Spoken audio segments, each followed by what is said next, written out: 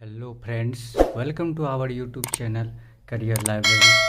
Friends, आप लोग कैसे हो? उम्मीद करता हूँ आप लोग अच्छे होंगे।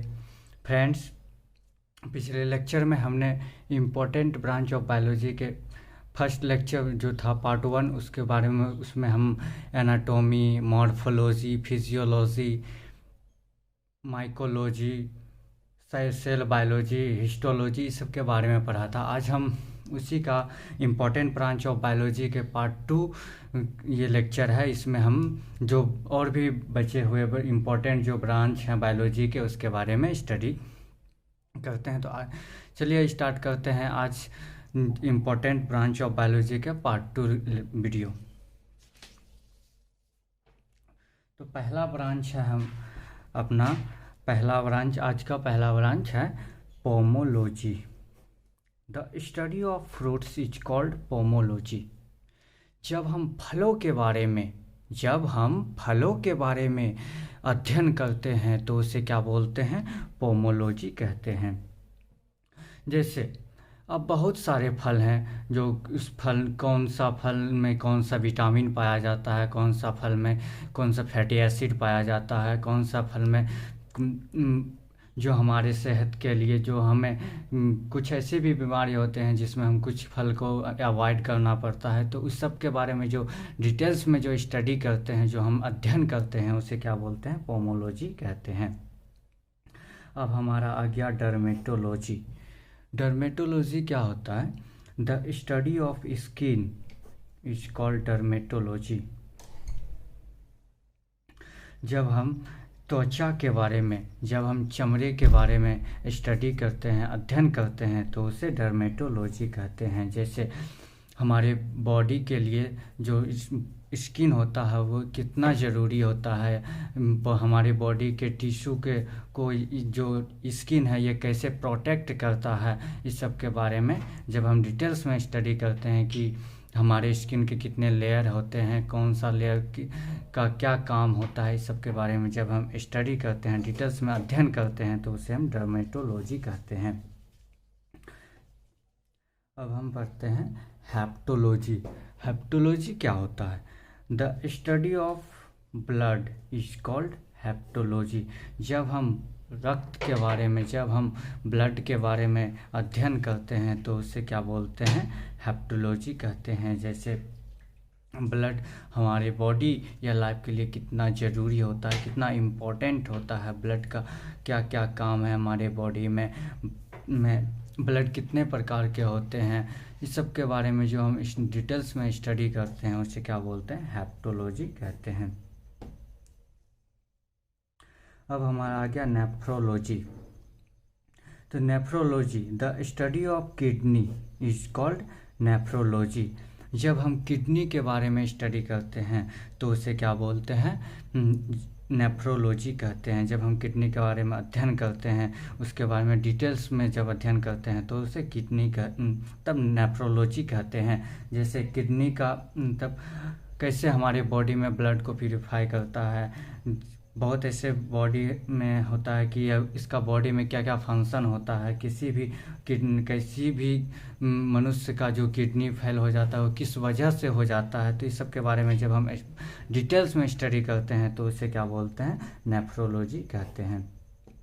अब आ गया कार्डियोलॉजी। कार्डियोलॉजी क्या है?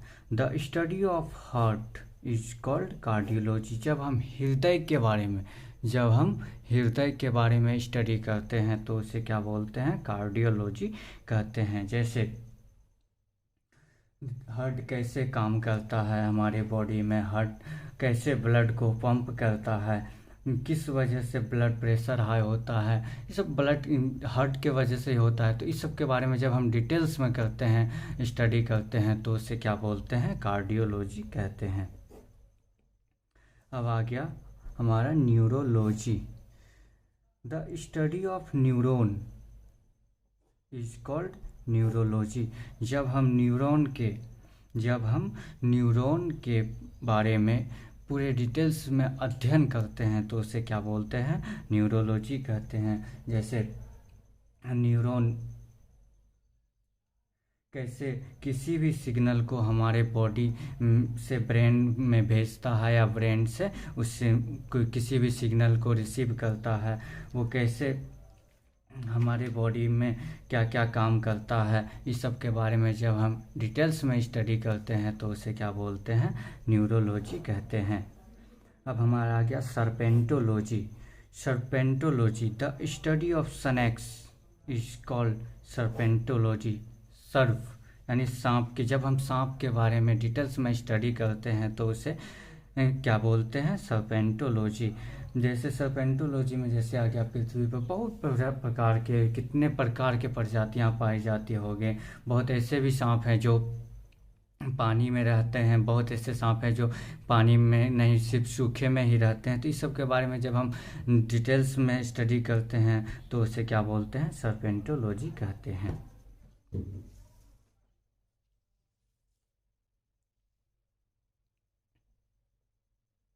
अब हमारा आ गया ऑर्निथोलॉजी।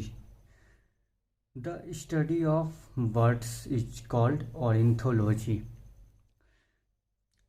तो जब हम पक्षी के बारे में अध्ययन करते हैं तो उसे क्या बोलते हैं, ऑर्निथोलॉजी कहते हैं।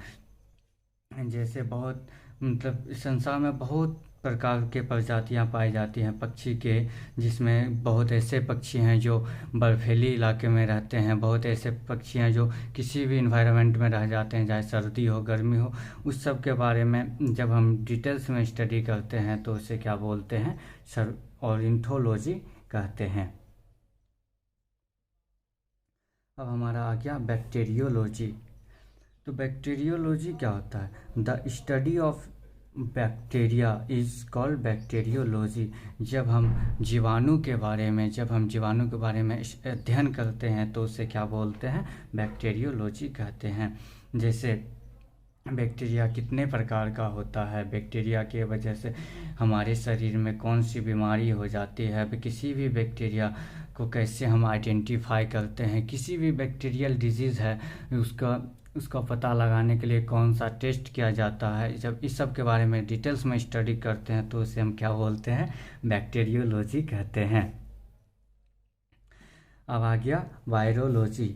The study of virus is called virology.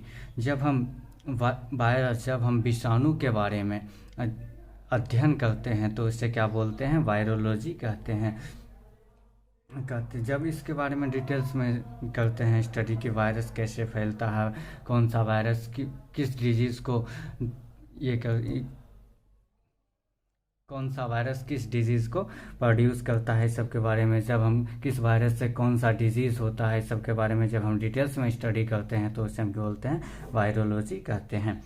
तो फ्रेंड्स, हमारा ब्रांच ऑफ बायोलॉजी आज समाप्त हुआ। तो अगर आपको वीडियो अच्छी लगी हो तो चैनल को सब्सक्राइब करिएगा और साथ ही साथ अपने फ्रेंड्स, अपने दोस्तों के साथ, अपने रिलेटिव के साथ शेयर करिए ताकि सभी को बायोलॉजी की अच्छी स्टडी हो सके।